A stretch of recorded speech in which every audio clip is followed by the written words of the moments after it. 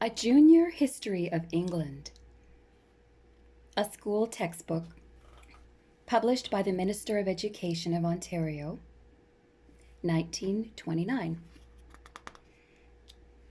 From 55 BC to the present. The Britons and the Romans. The ancient Britons. The first man to tell us much about the people of Britain was the great Roman general Julius Caesar. Caesar was an able writer as well as a distinguished soldier, and he wrote a book in which he gave a full and interesting account of his wars. It is from this book that we learn almost everything we know about the ancient Britons. At that time, nearly 2,000 years ago, Britain was very different from what it is now. No splendid high roads were then to be seen, with carts and carriages passing to and fro. No railways with trains rushing by every hour of the day and night. No fine harbors with gallant merchant ships riding at anchor. No large towns or pretty villages such as we see now wherever we go.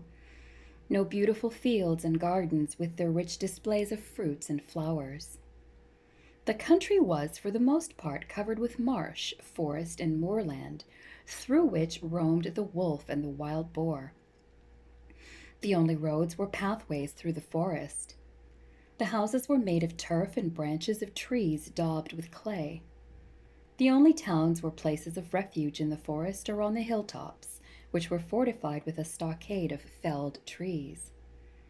In the southern parts of the island, the people cultivated the soil and knew how to spin and weave their garments out of the wool of their flocks. But in the northern parts, they grew little or no wheat. They lived mostly on the milk and flesh of their herds and were clad in skins. The wild animals which roamed in the woods and the fish which swarmed in the rivers were also used as food. The ancient Britons were tall and strong, with blue eyes and long, fair hair. They spent their time in the chase and in fishing, and were fond of war, in which they were frequently engaged. They used to stain their bodies blue with a plant called woad, and in the fury of battle would throw aside their garments and exhibit their naked bodies marked with strange figures in order to terrify their foes.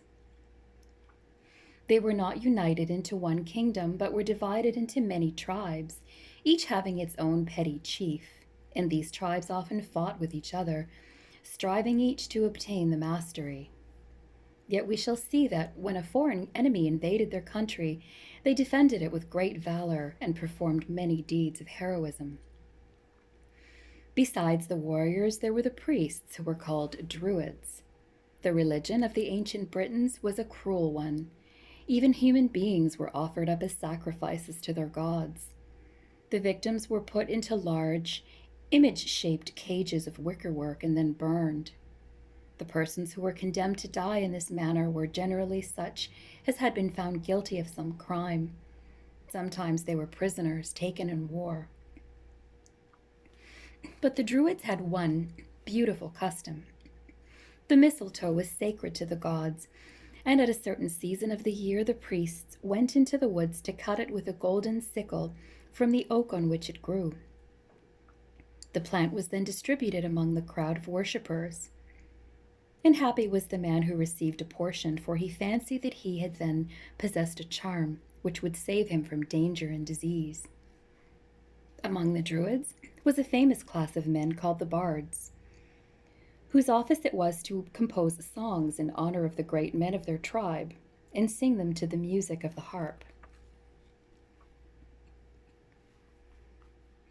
The coming of Caesar, 55 BC. At this period, the Romans were the most powerful nation in the world. Their generals and soldiers were brave and skillful, and had conquered all the nations around the Mediterranean Sea. Julius Caesar, one of the most famous of their generals, was then engaged in the conquest of Gaul, which we now call France. As the people of Gaul had received help from their kinsmen in Britain, Caesar resolved to invade this island.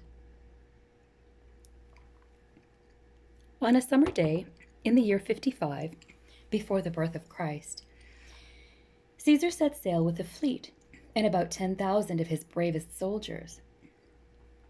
As they approached the island, they saw the tops of the cliffs crowded with warriors, who were gazing in wonder at the strange ships that were coming across.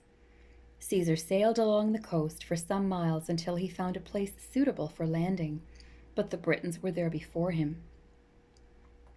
The Roman soldiers were in no haste to leave their vessels, for the fierce appearance of the British warriors struck them with fear. The trumpets sounded, but for a minute not a man stirred. While they thus hesitated, a standard-bearer leapt into the sea, calling upon his comrades to follow, unless they wished to see their standard, the Roman eagle, in the hands of the enemy.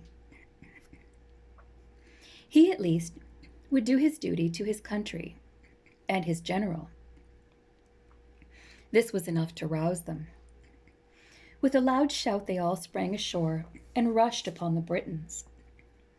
For a time, the native warriors stood their ground against the Romans, but as the latter were better armed, the Britons were soon defeated. That year, Caesar stayed only about 3 weeks in Britain, and he did not advance far into the island. Next summer, he came with a larger army, which he carried in a fleet of several hundred ships. On this occasion, the Britons did not attempt to prevent his landing. They gathered, however, a large army under a native king named Cassivellaunus, who struggled with wonderful bravery against the mighty power of Caesar. But he was gradually driven back across the Thames, and his stronghold, which was situated near the modern town of St. Albans, was taken. In fighting with the Britons, the Romans were struck most of all by their war chariots. These chariots the Britons managed with great skill, driving along the front of the enemy till they saw an opening in their ranks. They would then leap down and fight on foot, whilst the drivers took the chariots to a safe distance from the battle. But they held them ready in case the warriors were pressed by the enemy. The rude skill and bravery of the Britons, however, were of no avail against the best soldiers in the world. They were obliged to submit and to agree to pay tribute. No tribute was paid, but Caesar had added to his fame by the invasion of Britain, and he left its shores never to return. The Romans in Britain. 43 to 410 A.D. The Britons were left in peace for nearly 100 years after the departure of Julius Caesar. At the end of that time, however, the Emperor Claudius sent distinguished generals with numerous troops to carry on the war, and even came himself for a short time. The Britons defended their country with great valor, but the Roman legions were too strong for them, and the southern part of the island was subdued after a brief struggle. The champions of the Britons were Caroctacus, king of the Silures in South Wales. In a terrible battle he was defeated, and being made captive, was taken to Rome. When brought before the Emperor Claudius, he expressed his wonder that people who had such grandeur at home should grudge him his poor hut in Britain. Pleased with his noble bearing and proud spirit, the emperor ordered him to be set free and to be treated with kindness. The Romans soon came to see that it was the Druids who encouraged the Britons in the spirit of resistance. The general, Suetonius, therefore resolved to crush the Druids, who had their chief seat in the Isle of Mona, now called Anglesey. He landed on the island with an army, slew them in great numbers, and cut down the sacred groves in which they worshipped. In the meantime, the much-wronged Boadicea, queen of the Iceni, who lived in the eastern part of the country, had risen in revolt. For a time, the rebellion was successful, and thousands of Romans were put to death. But Suetonius quickly returned to the help of his countrymen, and Boadicea was defeated with great slaughter. Rather than fall into the hands of the enemy, the ill-fated queen poisoned herself. The commander who really made Britain into a Roman province was Julius Agricola, whose rule began in the year 78. He led his army as far north as the Grampian Mountains and gained a great victory there over the fierce Caledonians. He also built a line of forts between the Firths of Forth and Clyde to protect the territory he had gained from the wild tribes of the north. But Agricola was not only a great warrior, he was also a wise ruler. He wished to Romanize the Britons, that is, to make them like the Romans in their ways of living. He knew this could not be done by harsh means. He therefore treated all who submitted to him with great kindness, and by degrees persuaded them to imitate their conquerors.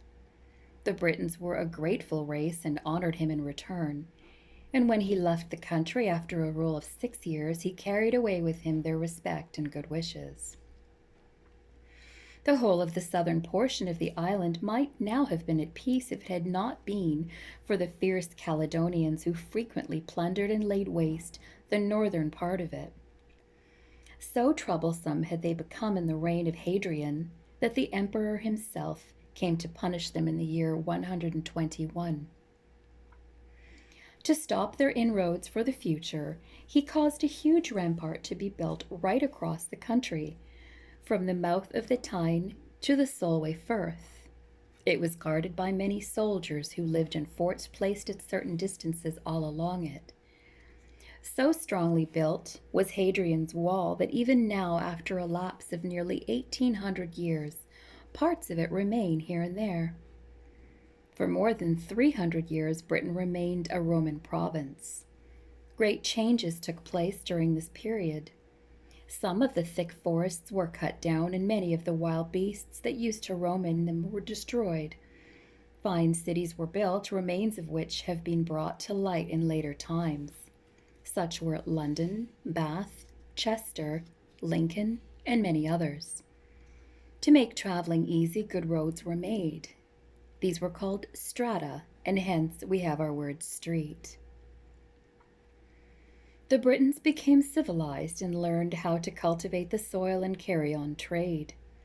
Merchant vessels sailed to and fro between Britain and the continent, taking tin, cattle, oysters, and corn, and bringing other things in exchange. Many of the Britons spoke the Latin tongue and wore the Roman dress, while the youths of the better class were educated in Roman schools and colleges. Christianity was introduced by some of the Roman soldiers. But the time came at last when the Roman troops were forced to leave Britain.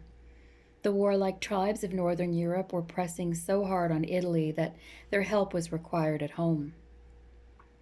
So the stately tramp of the Roman legions was no longer heard in this northern land, and the unfortunate Britons were left to themselves.